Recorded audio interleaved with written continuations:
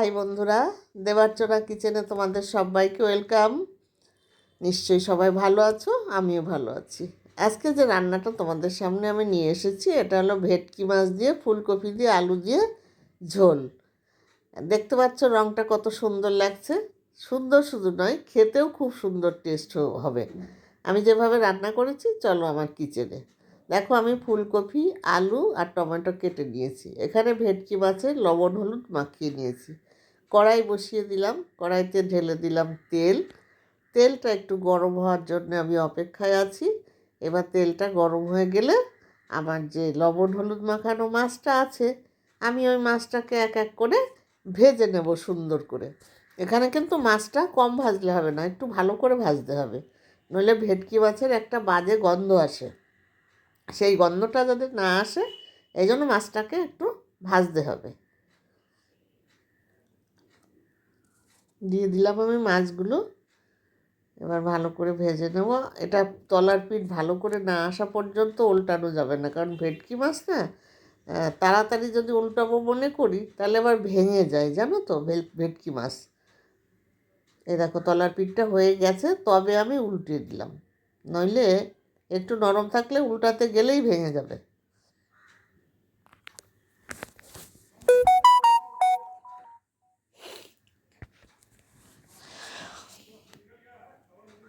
আমি যেভাবে ভেটকি মাছটা রান্না করছি, এই একরকমভাবেই যে রান্না যায় তা তো না। আমি তোমাদেরকে অনেক রকম করেই দেখাতে পারি, কিন্তু আজকে আমি জাস্ট ওই সর্ষে বাটা দিয়ে ওসব করতে গেলাম না, পাতুরিও করতে গেলাম না। আমি ভাবলাম আজকে শুধুমাত্র ঝোল করব, ফুলকপি আলু দিয়ে ঝোল করব।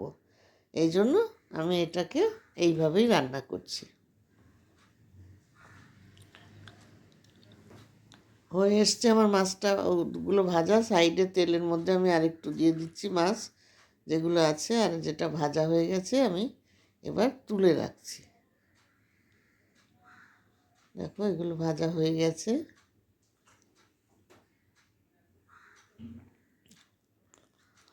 এবার এর সাইডে যে কটা ছিল ভেজে নিচ্ছি।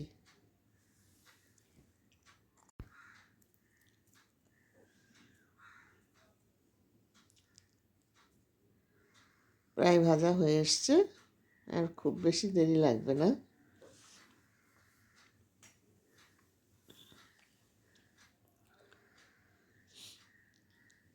এবার আমি তুলে দিচ্ছি। সব মাছগুলো আমি এইভাবে ভেজে নিলাম, ভেজে তুলে নিলাম। এখন এর মধ্যে আমি একটু তেল কম রয়েছে, একটু তেল দিয়ে দিলাম। দিয়ে এবার কি করব, এবার এর মধ্যে দেব শুকনো লঙ্কা,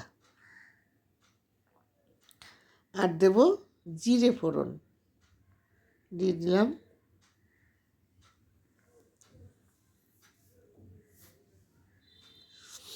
জিরেটা একটু উঠতে হবে, মানে লাল লাল হবে। তারপরে আমি যে তরকারিগুলো কেটে ধুয়ে রেখেছি, প্রথমে আলুগুলোকে দিয়ে দিলাম, কারণ আলুগুলোই হলো সমস্যা। ফুলকপিও দিয়ে দিলাম, কারণ এখনকার ফুলকপি তো ভালো করে না কষালে বিশ্রী একটা গন্ধ আসে।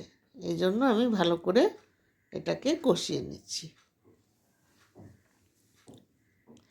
তোমাদের যদি আমার এই ভেটকি মাছটা রান্না দেখে মনে করো ভালো লাগছে, দেখবে খেয়ে তোমরা এইভাবে রান্না করে, তাহলে আমাকে কমেন্ট করে জানিও যে হ্যাঁ সত্যি আমরা ভালো খেয়েছি। আমি যেভাবে বললাম খেয়ে দেখো। এবার টমেটোগুলো দিয়ে দিলাম, দিয়ে একটু ঢাকা দিয়ে দিলাম। এবার আবার ফিরে আসলাম। আবার ঢাকাটা খুললে আমি আবারও নাড়াচাড়া করে দিচ্ছি, যাতে ফুলকপি আলুগুলো ভালো করে আমার কষানো হয়।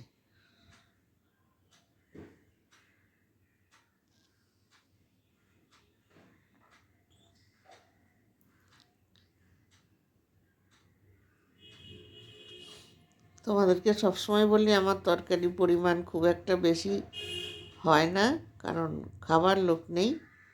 এই জন্য আমি বেশি করি না, অল্প করে রান্না করি, যেটুকু প্রয়োজন হয় সেইটুকু রান্না করি। যার যেমন সংসার, যেটুকু লাগবে সে সেইটুকু রান্না করবে। বেশি মানুষের সংসার হলে তখন অনেকটা।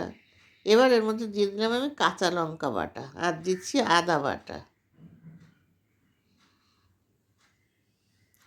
এবার দিচ্ছি লাল লঙ্কার গুঁড়ো, মানে শুকনো লঙ্কার গুঁড়ো।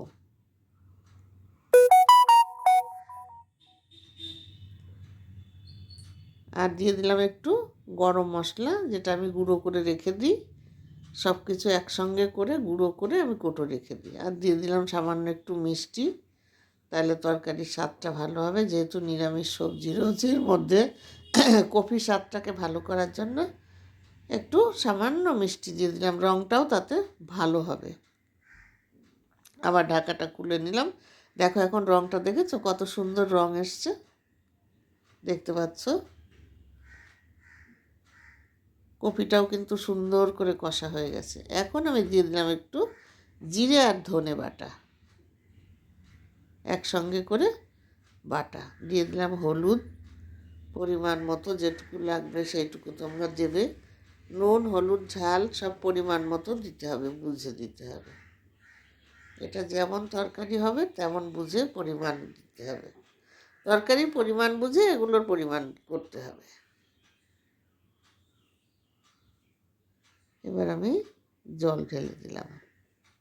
তোমরা একটা জিনিস লক্ষ্য করেছো কিনা আমি জানি না, আমি আদাটা ভালো করে কষিয়ে নিয়েছি। আদার কাঁচা গন্ধ সহ্য করা যায় না, আর ভালোও লাগে না। এবার লবণ দিয়ে দিলাম, আর একটু হলুদ দিলাম, নইলে রঙটা ভালো হবে না। এবার রঙটা বেশ ভালো লাগছে দেখতে। এখন এটাকে আমি ঢাকা দিয়ে দিলাম। ঢাকনাটা একটু খুলে আমি কটা কাঁচা লঙ্কা দিতে ভুলে গিয়েছিলাম, তাই সোনার জন্য কটা কাঁচা লঙ্কা দিয়ে রাখলাম। কারণ সোনা আবার একটু লঙ্কা খেতে ভালোবাসে, তাই ওর জন্য আমার একটু দিতেই হবে। তোমরা একটা জিনিস লক্ষ্য করেছো, আমি যে জিরে ধনেটা বাটা দিয়েছি না, আগে আদা কষিয়ে নিয়েছি, আর জিরে ধনে বাটা দিয়ে আমি কিন্তু বেশিক্ষণ নাড়াচাড়া করিনি। ধনে আর জিরেটা খুব বেশি নাড়াচাড়া করবে না, অল্প নাড়াচাড়া করে জল ঢেলে দেবে। তাহলে কি হবে বলো তো, তরকারির স্বাদটা এত সুন্দর হবে, মানে সে বলে বোঝানোর মতন না।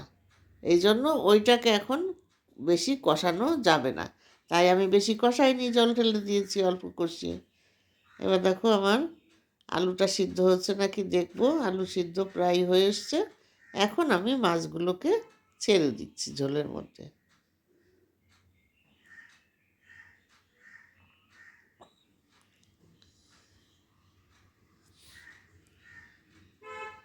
আমি আবার এটাকে ঢাকা দিয়ে দেবো। আবার ঢাকাটা খুললাম। দেখতে পাচ্ছ তরকারির রঙটা কত সুন্দর হয়েছে। তাহলে বন্ধুরা তোমরা দেখো আমার হয়ে গেছে মাছের ঝোলটা।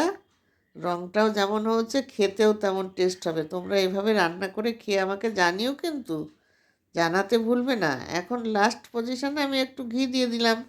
ঘি দিলে স্বাদটা আরও সুন্দর হবে, ফুলকপির ওই গন্ধ বেরোবে না, যেহেতু অসময়ের ফুলকপি। তাই দেখো কত সুন্দর লাগছে, দেখতে পাচ্ছ। এখন আমি সবাইকে খেতে দেবো। হ্যাঁ বন্ধুরা, প্রতিদিনের মতন আজকে আবার আমার যাওয়ার সময় হয়ে গেল, তাই তোমাদেরকে বলি সবাই ভালো থাকো। আজকের মতো এখানে টাটা।